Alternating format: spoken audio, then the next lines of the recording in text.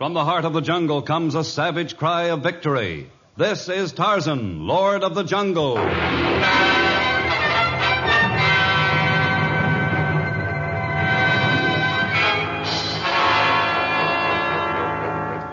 From the black core of dark Africa, land of enchantment, mystery, and violence, comes one of the most colorful figures of all time, transcribed from the immortal pen of Edgar Rice Burroughs. Tarzan, the bronzed white son of the jungle. And now, in the very words of Mr. Burroughs, the story of Ghost of the Karmiki.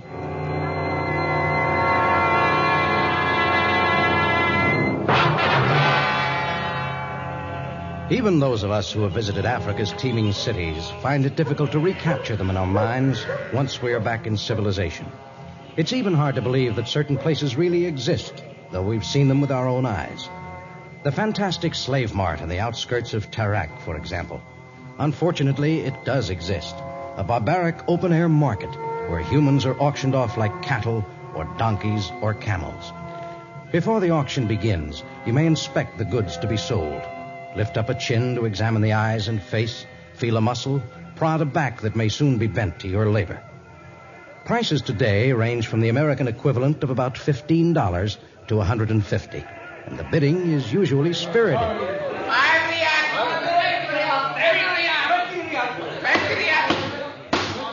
The bidding is closed. 20 riyat for this fine young boy who is capable of much heavy work. You have made the fine purchase. Halalai. And now the prize of our collection, this beautiful young native girl. Turn around so the multitude may see you. Notice the clear, light color of her skin, the beauty of her face and form. She will make someone a fine wife or a dancing girl. I invite the first bid. Come, a real beauty.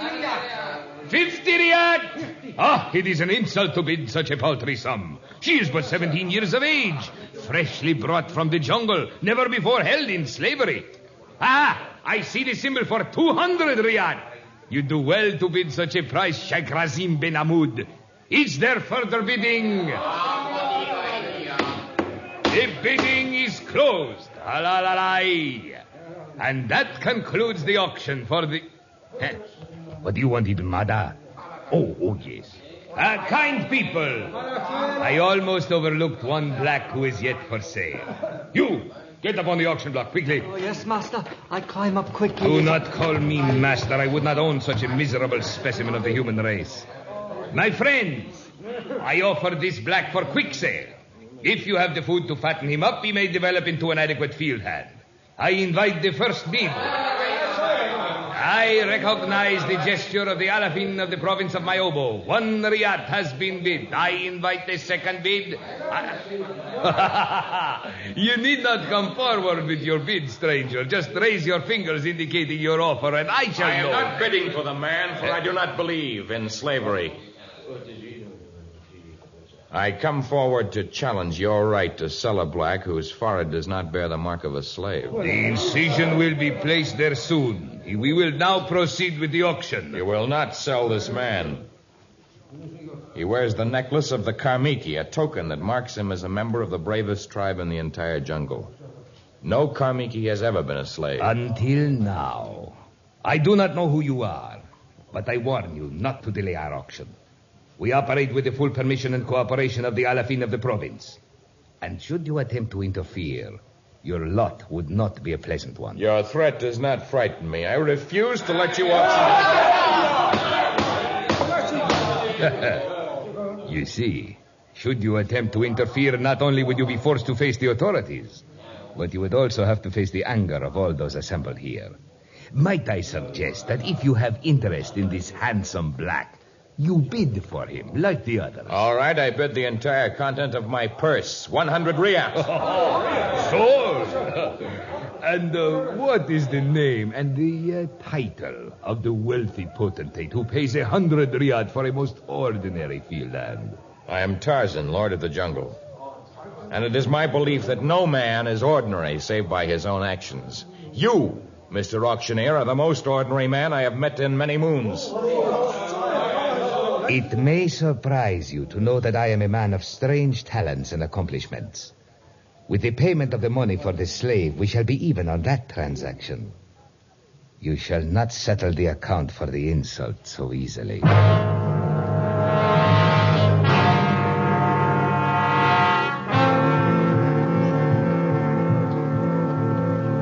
You need not tremble, Najugi. We shall be quite safe in this hut. Who is owner of hut? An Inglese, a government official who's just as much opposed to slavery as I am. This hut is on his estate, and we have his permission to remain here until you're well enough to leave Tarak and travel to the land of your people. Tarzan not keep Najugi a slave? No, Najugi. I bought you so that I could return you to your people. Tarzan send Najugi back to Karmiki? I shall take you back. It's plain that you've been sick and that it would require months before you could brave the jungle alone. It's true. Najugi not able to reach land of Karmiki. Well, you'll feel a lot better in a few days if you sleep well and eat the food our host provides. You know, you hardly ate a bite of the food he sent for our dinner. Tarzan not eat. Well, I'm unable to eat the food of the cities, but you must have been away from the jungle for a long time. 3 years. But that's why Najugi thin and weak, not like food of city. 2 hungry men and neither of us can eat. You know what I'm going to do, Najugi?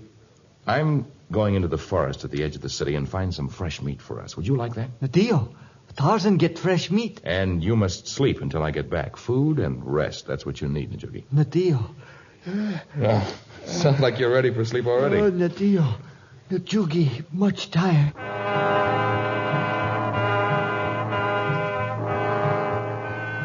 Najugi lay down on a straw pallet that Tarzan had prepared in a corner of the hut, and almost before his frail body had touched the makeshift bed, his eyes were closed and he had begun to breathe deeply. Tarzan watched him for a moment, and then he slung his bow and a quiver of arrows over his shoulder and left for the forest that skirted the city. But almost before Tarzan was out of sight, Najugi had jumped up, gathered his few simple belongings, and almost ripped the door of the hut from its 5 hinges as he ran out. He ran almost the entire length of the city, ran until he had reached the imposing house that stood behind the slave market. He knocked impatiently at the door, and when it had swung open, he hurried inside.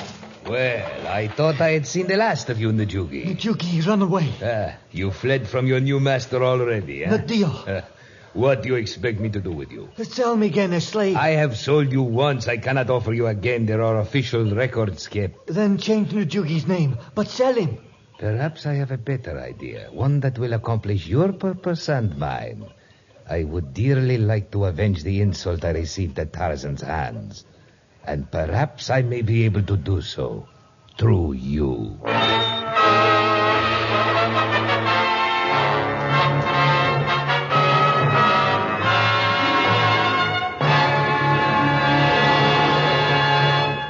We'll return to our story of Tarzan in just a moment.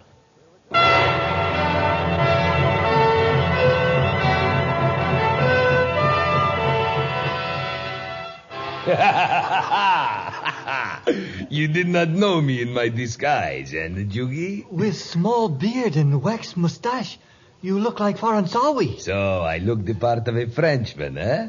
I can also sound like one. I am so sorry, Monsieur Tarzan. I have not the remotest idea where your slave has gone. Yes, I can fool the Lord of the Jungle. Only this time I shall only be practicing. My couriers tell me he is on the way here. You not let him find me. No, Najugi, that would defeat my plan. You will be perfectly safe in the underground passageway where I hide other slaves who must not be found. Oh, that must be Tarzan now.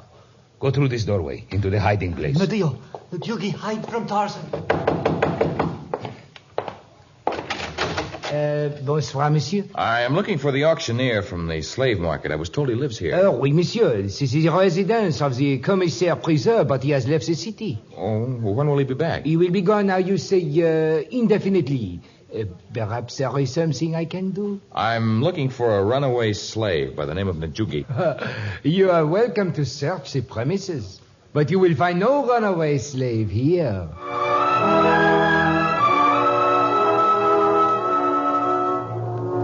Tarzan did not penetrate the clever disguise of the crafty slave auctioneer, nor did he find the strange-acting Najugi. For the next week, the jungle lord searched the city of Tarak, but nowhere was there a trace of the lost Karmiki native. Still, there had been no sign of a struggle in the hut, so perhaps Najugi had merely doubted Tarzan's intentions and had fled into the jungle. Perhaps by this time he had already reached his home. And so at the end of the week, Tarzan plunged into the jungle, and after 4 days he reached the Karmiki kraal. A celebration was going on, and Tarzan rejoiced at the sounds of it. Surely it must mean that the people were celebrating the return of one they believed dead. Boleko! Boleko! Tarzan! Oh, now it's fine. Tarzan here for feast and ceremony. But he has returned, Boleko. Returned? Who, Tarzan? The Karmiki native I found in Tarak. Oh, no Karmiki returned from Tarak. Oh? I thought that was the reason for the celebration. I have feast and dancing for Boleko's wedding. He married up with beautiful Mai. Oh, I'm most happy for you, Boleko, but my mind is troubled over the disappearance of the Karmiki I found at the slave auction. I intended to... Mai! Tarzan here. Lord of Jungle come to our wedding. Wow, you certainly picked a beautiful bride, Boleko. Jumbo Mai. She not talk to you. It's taboo for her talk to any man till she bride of Boleko. Boleko is next chief. Mai someday be queen. Oh, when is the marriage? Tomorrow. Tonight, Mai go to Forest of Brides. Boleko go to Temple of Warriors. When Kuda, the sun, ride in heaven, marriage ceremony begin. Is much drink and food for all of tribe. If only that poor thin one could be here. Boleko, how did Najugi happen to leave the village? Najugi? Yes, that's the name of the Karmiki who was sold to me as a slave. I started to tell you about it when Mai joined us.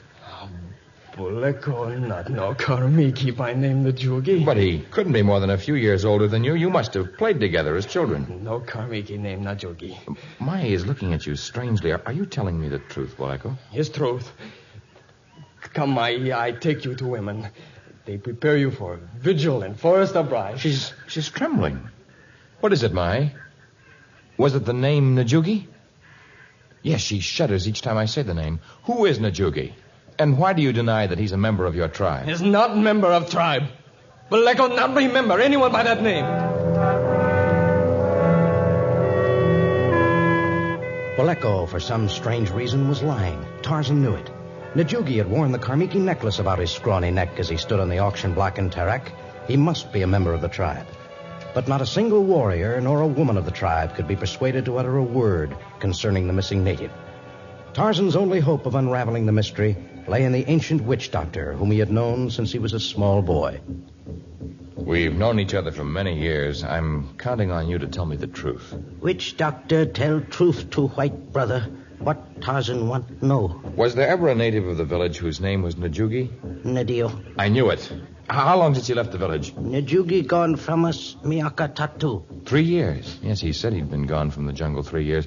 But why do the others of the tribe refuse to admit that he ever lived here? Is custom of jungle people. I don't know what you mean by that. Tell me, why did Mai tremble at the mere mention of his name? Mai never liked Najugi, though he choose her as bride when she still child. She always afraid him. I see. And is that why Boleko became angry when I pressed him for information about Najugi? Boleko always hate him also. Maybe is because Najugi older. Boleko think Najugi become chief. He know his brother be bad chief. They're brothers? They were brothers. And Najugi die 3 years ago.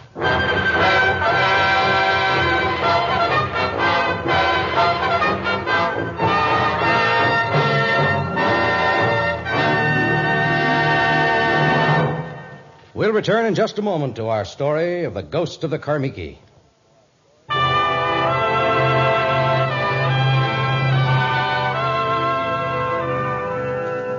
Not far from the Karmiki village, 2 men walked wearily along an abandoned elephant trail. One was Najugi, the native, who had died 3 years before. The other was a red-bearded white man dressed in the traditional garb of a Dayala trader. Of the 2, the black man was the most weary, and presently he faltered and half fell to the ground. Are you really that tired, Najugi, or is it another attack of cowardice? Oh, maybe it's both. Najugi is afraid. I've told you have nothing to fear. I can fool the beasts of the forest, the black men of your tribe, or the white idiot who calls himself Lord of the Jungle. Tell Najugi how you can be many men, all different, and how you can be so clever. Essentially, I'm an actor, a good one.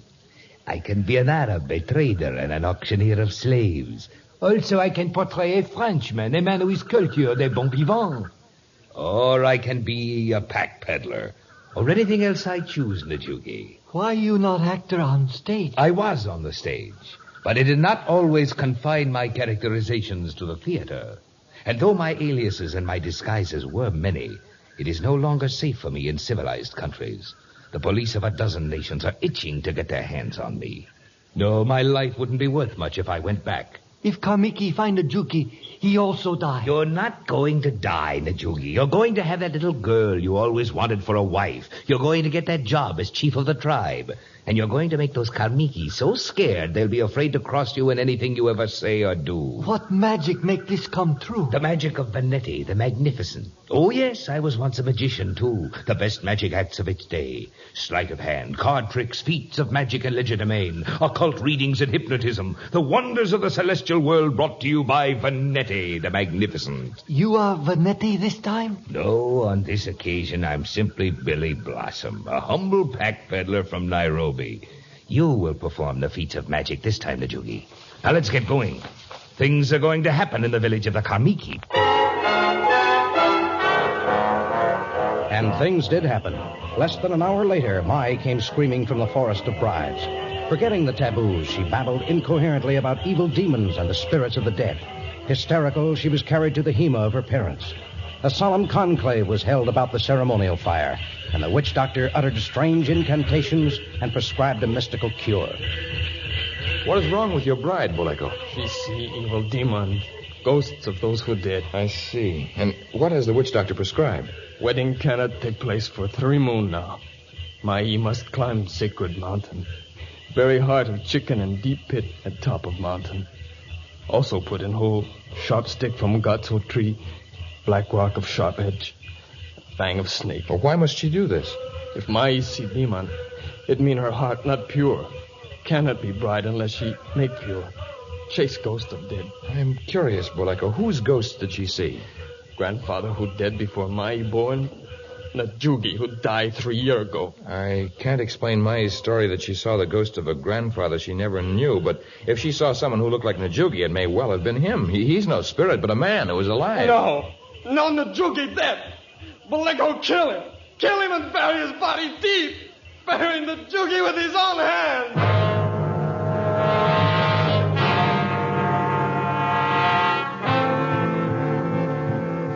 Even to Tarzan, witch doctor cannot tell dishonor of tribe. But you must surely know by this time that I am your friend. Nidio, you are friend. Then tell me the story of Najugi's supposed death. I mean you no disrespect, but perhaps there's a simpler method of removing the evil from Mai's heart than sending her alone to a dangerous mountaintop. His only way. She see ghost of grandfather and of Najugi. Why did Boleko kill his brother, and why was he not punished for it? Punish Peleko for saving honor of chief's family? How did he do that? Men of tribe hold shori. Decide kill Najugi for steal ivory from secret cave of Karmiki people. If warriors kill family of chief in disgrace, so Boleko take Najugi in woods, kill, bury him. When brother take his life, honor of family is saved. I see. But, of course, it's possible that... Witch doctor, why do you stare at me that way? What's the matter? Knives stick out of Tarzan's body. What? Knives sticking out of my body? Flames come from Tarzan's mouth. Have you gone mad? Tarzan, it is Narogi. The magic that kills? Really? I thought you were one person in the tribe. Where are you going? Tarzan bewitched. Tarzan Mugilo is taboo. We run from Tarzan. Guess I'll never learn that these native witch doctors are... All crazy. I found it out years ago. Who are you? Where did you come from? I came in as the old bird lit out. My name's Billy Blossom, pack peddler from Nairobi. Been traveling all day and half the night to get here. Well, you've chosen a poor time to visit the Karmiki. Thought I'd sell 'em lots of fancy doodahs for the shindig. Shindig? The wedding. Well, the wedding's been postponed, and I doubt the Karmikis are in a mood for buying either pots and pans or trinkets. Perhaps you'll have better luck in the next crawl. Well, it's too darn late to start out again now. You think I could bunk somewhere in this village? I'm sure you can. Forgive me if I leave you now. There's something in the forest that I must... Sure. Run right along. I'll make out all right without you.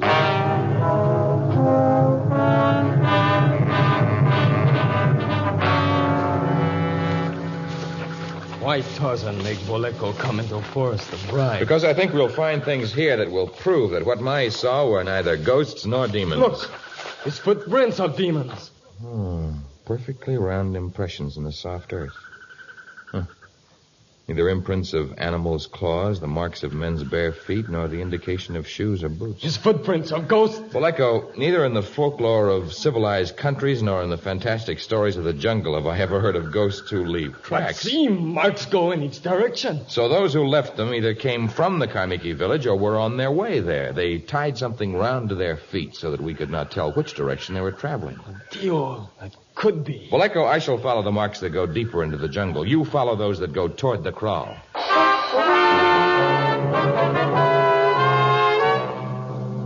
Tarzan waited until Boleko was out of sight, and then he took to the upper level of jungle growth and shadowed the Karmiki youth, remaining but a quarter mile behind him.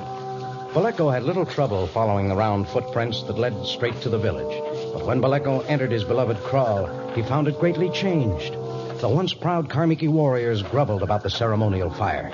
The witch doctor, whom he'd always respected, stood bowed and subservient. The women of the tribe, including Mai, stood transfixed with fear.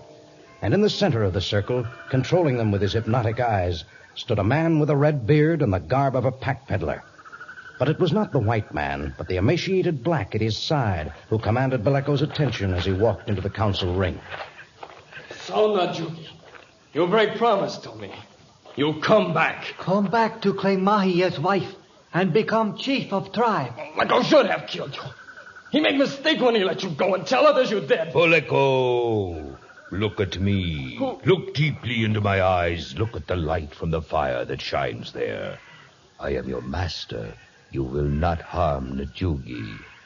No, not harm Najugi. You will grovel in the dust with the others of your tribe. Yes, and dust. You will soon go to sleep, you and the others of your tribe. Dio. And when you awaken, you will tell the Karmiki that Najugi is to be your chief. Najugi be chief. And you will lead the safari that carries your treasure of ivory to the slave market in Tarak. Boleko, I'll do as you command. You see, Najugi, all I have promised has come true. I have restored what is rightfully yours. I have gained a treasure in ivory. And I have avenged my insult at Tarzan's hands by making a fool of him. And should he come back here, I shall merely turn my hypnotic gaze on him, and he, too, will fall a victim of my superior... That takes care of you, Najugi. And now...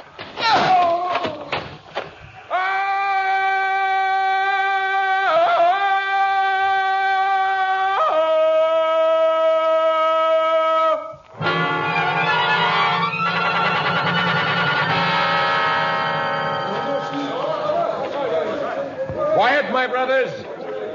Silence, that I may speak to you. Speak, Lord of Jungle. Last night, all of you were placed under a spell. But now the spell is broken. Once again, your witch doctor and your chief are your leaders. You will not listen to the words of another. But because I had some hand in opening your eyes, I should like to make a few requests. What you say is law, Lord of Jungle. I ask that Boleko be forgiven for having spared the life of his brother 3 years ago. I should like Boleko's marriage to Mai to take place today, as originally planned. It shall take place. Santa Tarzan. And I ask that your jungle justice be tempered with mercy when you judge the two who lie bound in the prison hut.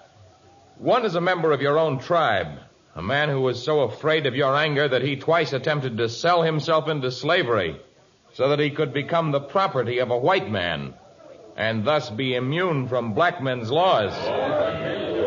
Tarzan, now men of Karmiki also know fear. We show mercy to Najugi. But other one who lies in hut. A clever man whose red beard was as false as his heart. I do not ask leniency for him, only that he be given a fair trial. I'm afraid I shall have to appear as a witness against him, for with my own eyes I have seen him sell humans into slavery. And I know that to shackle man's feet and hands is also to enchain his soul. This, perhaps, is the greatest of all crimes.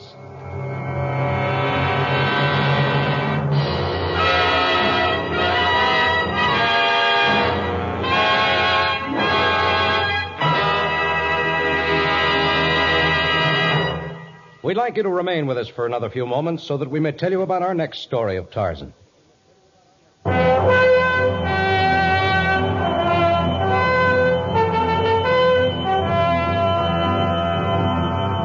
strangest of all of Africa's countries is the tiny kingdom one must cross in order to reach Timbuktu. On the banks of the river Niger in the French Sudan, it is ruled by a black potentate who wears robes of purple and gold and conducts a court as lavish as those of ancient Rome. The Kaia is a man of great culture and great jealousy, and Tarzan finds adventure on the road to Timbuktu. Tarzan, a transcribed creation of the famous Edgar Rice Burroughs, is produced by Walter White, Jr., prepared for radio by Bud Lesser, with original music by Albert Glasser. This is a Commodore production. Listen to our next story, Adventure in the Road to Timbuktu, another thrilling episode of The Lord of the Jungle.